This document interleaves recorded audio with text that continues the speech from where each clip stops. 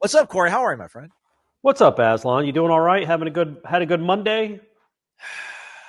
I guess. The morning. Interesting. It was interesting, right? It was.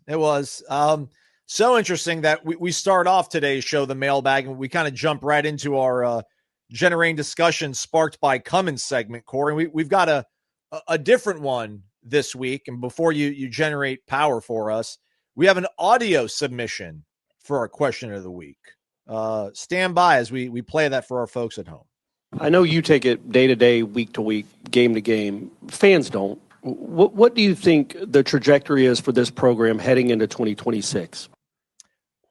Corey Clark, you're the winner. Congratulations, everybody. Corey Clark, the winner of Generating Discussion, sparked by Cummins. Put me in the drawing, man. I want a generator. Yeah.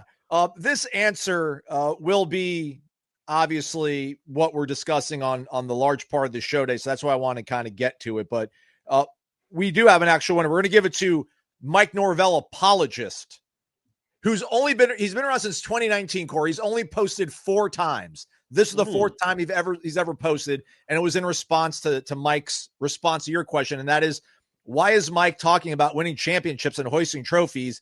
Has he been told he's going to be here doing that? Holy cow. And with that said, now let's return back to the exchange, Corey.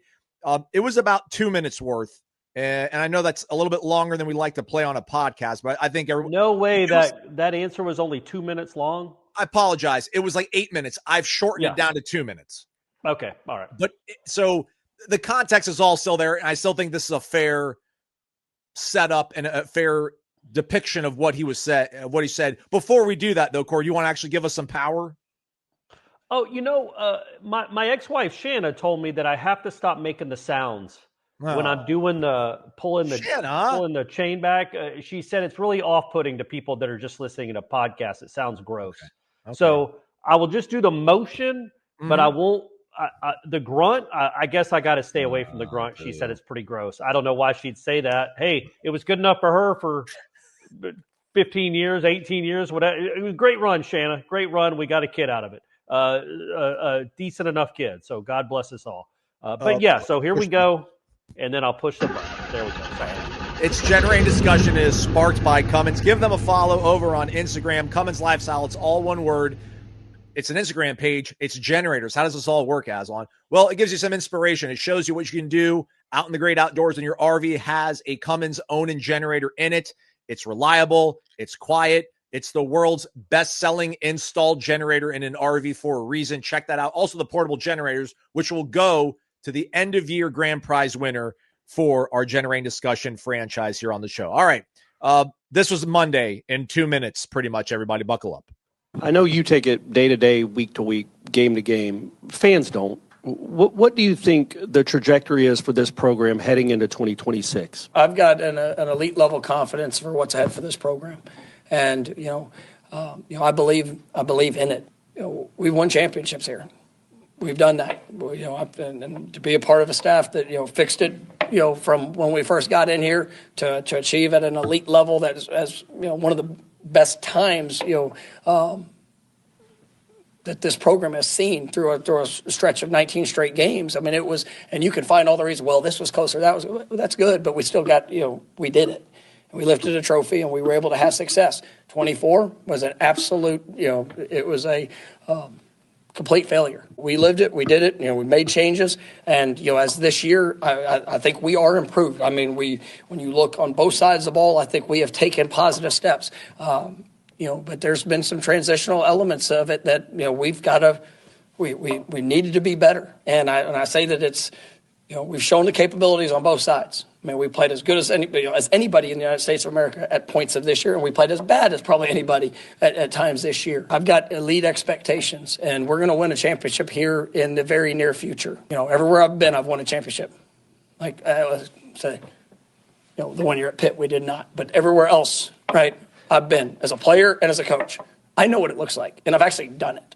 Right, and that's why when I could sit there and say that with confidence, we are going to get this back. Fixed it once, we're going to fix it again. I'm fully aware the outside narrative around our team is not good. Around me is probably not good.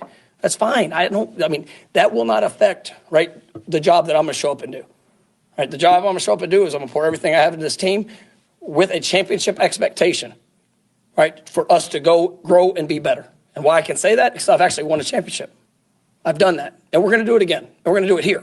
Right? And people, that might piss people off. So be it.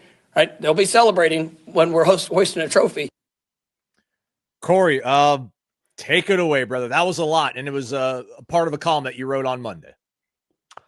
Yeah. Look, he didn't go full Dabo. Guess you guys are tired of winning. Guess I'll have to go hoist the trophy somewhere else. He didn't do that. And look, man, there are elements of truth in what he's saying.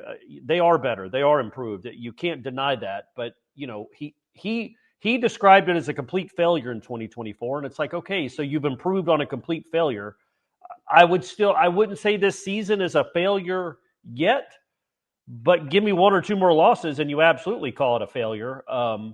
And there's no reason to think this team is going to go win on the road because it doesn't. It might, but it hasn't yet.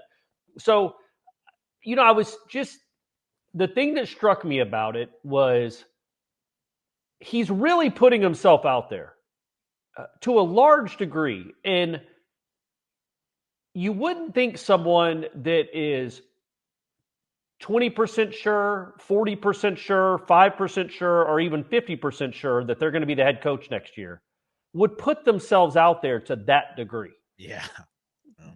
Because it could blow up on Sunday morning. It could be like if they lose to Virginia Tech, if he's fired, it's like, well, you just said you were going to win a championship here.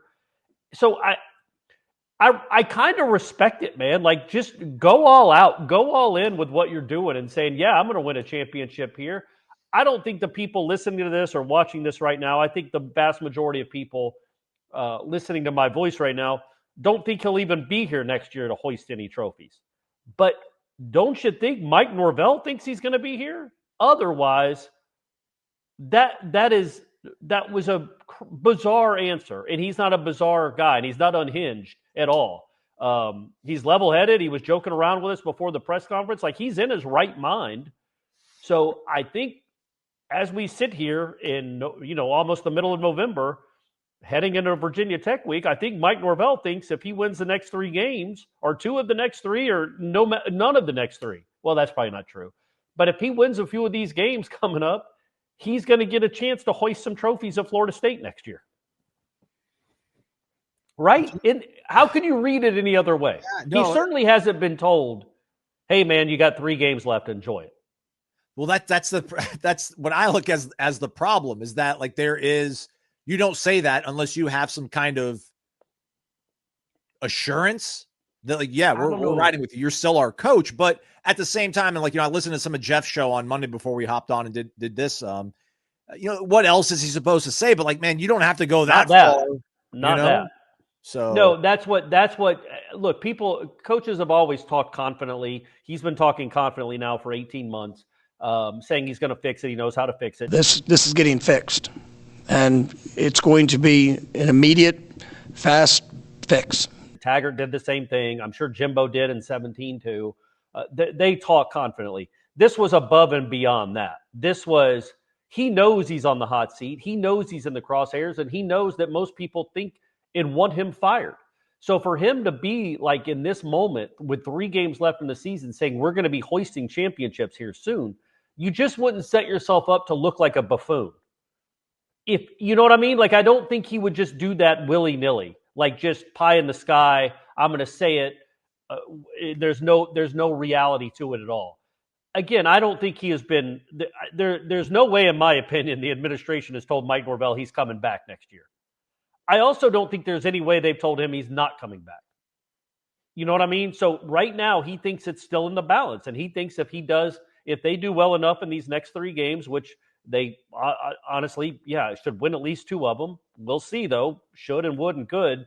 I think he thinks he'll get a chance to coach here in 2026. And he does like the progress they're making, which they are making progress. It's glacial. It's not Signetti. It's glacial progress, but they are making progress from where they were last year. And he thinks that maybe next year at this time, they'll be really good and fighting for a championship with him here. Yeah, I mean, it's a 6 to 8 minute exchange, and not really exchange. It's a question and an answer. Yeah.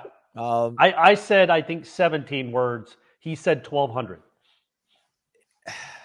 I know that because I transcribed it. Or actually, Aslan meant to thank you. You sent me the transcription. Most of it was right. I had to go back and change a few things.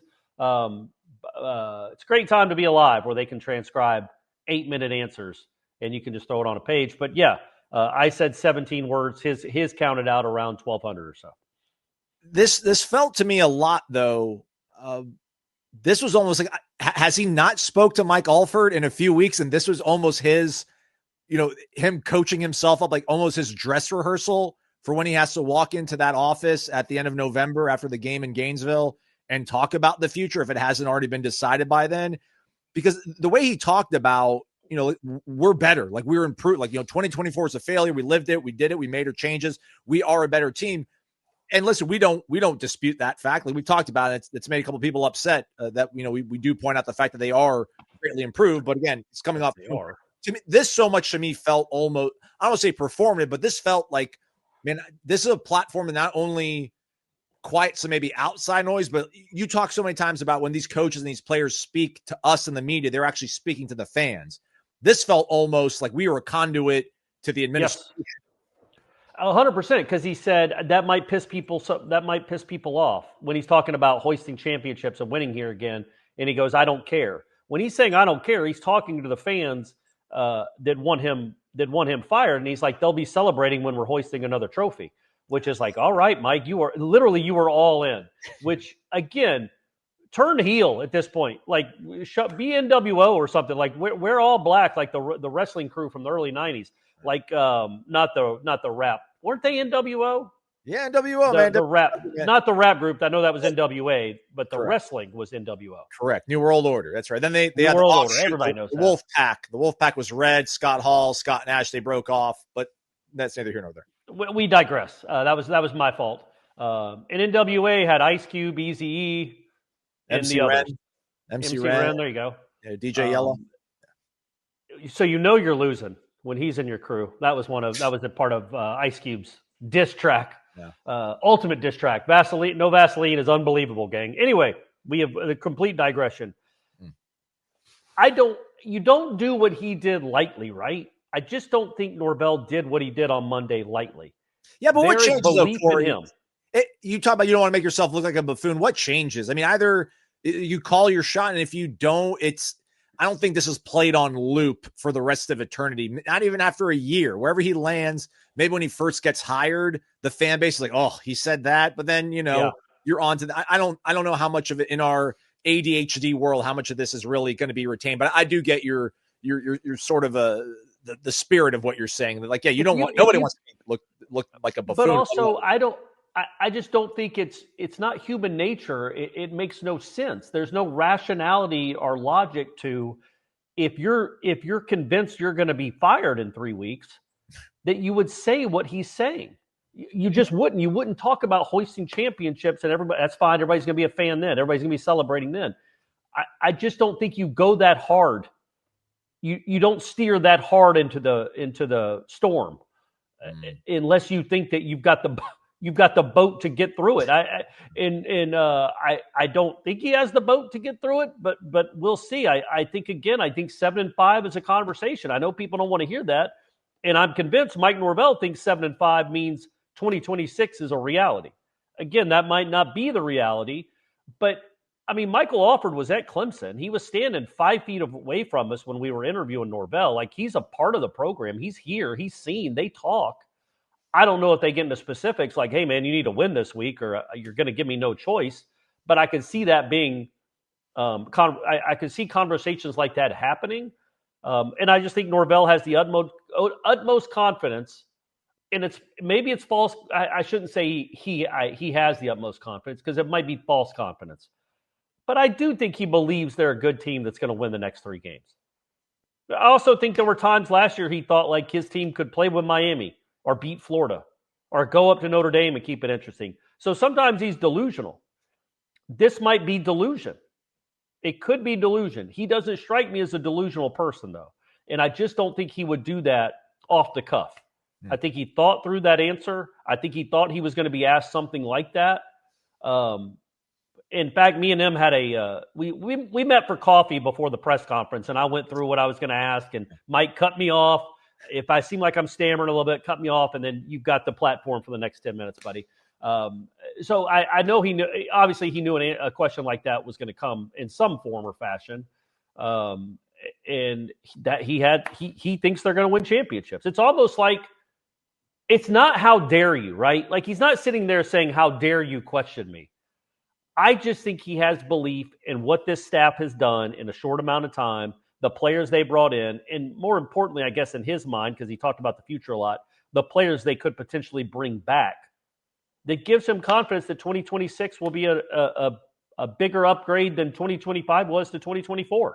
And if that's the truth, then you are looking at a 9 or 10 win season. You also got Notre Dame off the schedule, so that helped. Apparently it was never on the schedule, but whatever. Or it was on the schedule for half a day. But so yeah, man, I thought that was real. I think that's his real feelings. No. Do with that what you will. I don't think that was performative in the sense that he knows he's going to be fired. He just wants to put on a brave face. I think he thinks he's going to be the head coach in 2026. Kind of fell almost off the same branches like Jerry Jones' stuff that he says about like this team's going to be able to win a Super Bowl and compete. It's like, but Jerry Jones, he's got some excuses. He's been around the block a few times, you know. I would say though, Jerry, that is delusional because it's been 30-something years now. Mike Norvell is 2 years ago. It's 2 years ago. Yeah. So there is a difference, right? He's seen it. He's built championships. That there's nothing that consistently triggers him more. And as I said, trigger, but there's nothing that evokes more emotion out of him than when he goes to the well and talks about like, I know, I've seen it. I know what it looks like. Which, by the way, if you're wondering at home, he won a division title at Tulsa and a division title at Arizona State. They did not win the conference championship at Tulsa. They did not win the Conference USA title there. They did not win the Pac-12 championship at Arizona State either. Hey, quit parsing his words, Aslan. He said championships everywhere he's been. A division championship is still a championship. So, yeah. Bobby Cox believes in that. Hey, any championship is good. Clemson still got their like 2000. Is it 2013 or 2012 ACC championship asterisk up there, which is crazy because they didn't win it that year. Florida State played in the Orange Bowl. Florida State won the conference, and Florida State beat Clemson, but they got their championship thing up there. And they need to get that. By the way, complete digression. Take that off, Clemson. You've won so many more things since 2012. You need to take that off your board. All right, that's generating discussion sparked by Cummins. Since Corey's an employee of Warchant.com, he cannot be the winner. So Mike Norvell, apologist, hops in and gets the dub. So check out Cummins Lifestyle. It's all one word over on Instagram.